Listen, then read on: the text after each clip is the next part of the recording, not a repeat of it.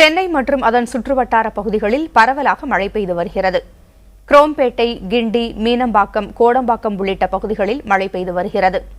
வடகிழக்கு பருவமழை தொடங்கியுள்ள நிலையில் கடலோர மாவட்டங்களிலும் உள் மாவட்டங்களிலும் மழை பெய்யும் என வானிலை ஆய்வு மையம் தெரிவித்துள்ளது.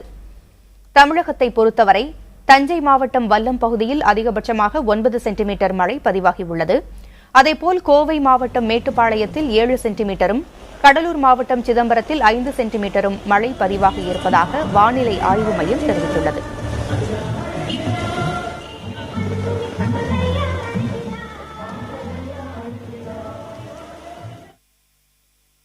வடகிழக்கு பருவமழை தொடங்கியுள்ள நிலையில் சென்னையில் இன்று பரவலாக மழை பெய்து வருகிறது. அது குறித்த தகவல்களை செய்தியாளர் ஸ்டாலினிடம் கேட்கலாம். ஸ்டாலின், தமிழகத்தின் எந்தெந்த பகுதிகளில் மழையினுடைய தாக்கம் அதிகம் இருக்கும்னு வானிலை மையம் தெரிவிச்சிருக்குது?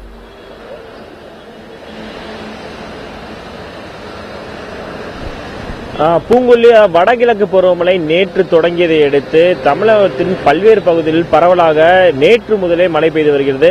சென்னையை பொறுத்தவரை இன்று அதிகாலை முதலே பல்வேறு பகுதிகளில் இந்த கனமழையானது பெய்து வந்தது. நான் தற்போது சென்னை காமராஜர் பகுதியில் நின்று கொண்டிருக்கிறேன். இங்க அரை மணி நேரத்துக்கு மேலாக இந்த பகுதியில் கனமழை பெய்தது. இது மட்டுமல்லாமல் சென்னை உட்பட அதாவது தியாகராய நகர், நீங்கள் குறிப்பிட்டது போல குரோம்பேட்டை, கிண்டி, மயிலாப்பூர் உள்ளிட்ட பகுதிகளில் காற்றுடன் கனமழை பெய்தது.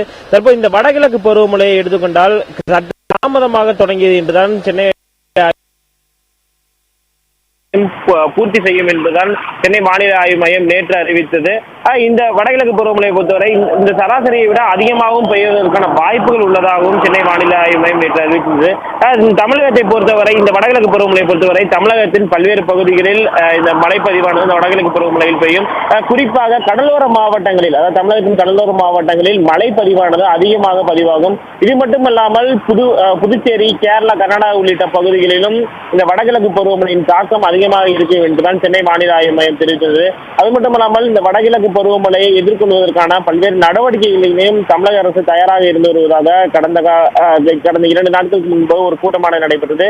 அந்த கூட்டத்தில் முன்னெச்சரிக்கை நடவடிக்கைகள் தயார் நிலையில் உள்ளதாகவும் தமிழக அரசு சார்பில் தெரிவிக்கப்பட்டுள்ளது. பொங்குள்ளி, பருவமழையால் ஏற்படக்கூடிய பாதிப்புகளை குறைப்பதற்காக அரசு என்ன முன்னெச்சரிக்கை நடவடிக்கைகளை எடுத்திருக்குது?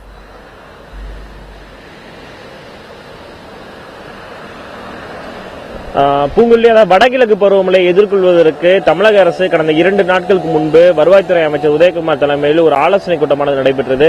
சென்னை எழிலகத்தில் நடைபெற்ற அந்த ஆலோசனை கூட்டத்தில் மாநில அவசர கட்டுப்பாட்டு மைய அதிகாரிகள் மற்றும் தமிழக அரசின் உயர் அதிகாரிகள் மட்டுமல்லாமல் மாவட்ட நிர்வாகங்களை சேர்ந்த உயர் அதிகாரிகளும் அந்த கூட்டத்தில் கலந்து கொண்டார்கள். அந்த வடகிழக்கு பருவமழை எவ்வாறு எதிர்கொள்வது, அதற்கு தேவையான என்னென்ன பணிகள் தேவைப்படுகிறது, என்னென்ன வசதிகள், உபகரணங்கள் தேவைப்படுகிறது என்பது குறித்து அந்த கூட்டத்தில் விவாதிக்கப்பட்டது.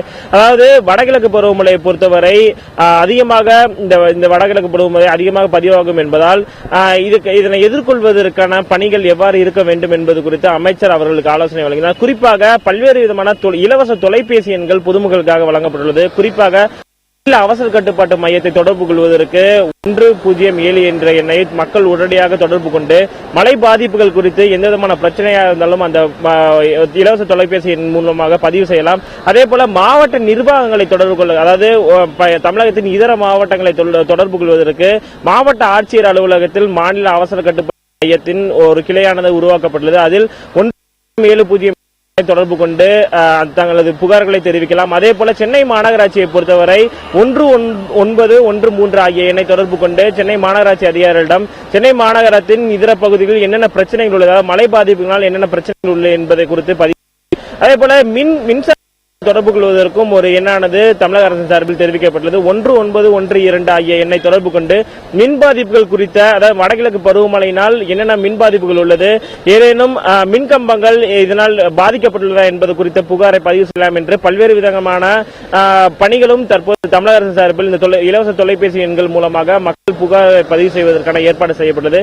இது மட்டுமல்லாமல் சென்னையை பொறுத்தவரை சென்னை மட்டுமல்லாமல் தமிழகத்தின் இதர பகுதிகளில் மழைநீர் சாலைகளில் தேங்கினால் அதனை உடனடியாக வெளியேற்றுவதற்கான பணிகளை மேற்கொள்வதற்கு ஆங்காங்கே குழுக்கள் அமைக்கப்பட்டுள்ளது. தமிழக அரசின் சார்பில் குழுக்கள் அமைக்கப்பட்டுள்ளது.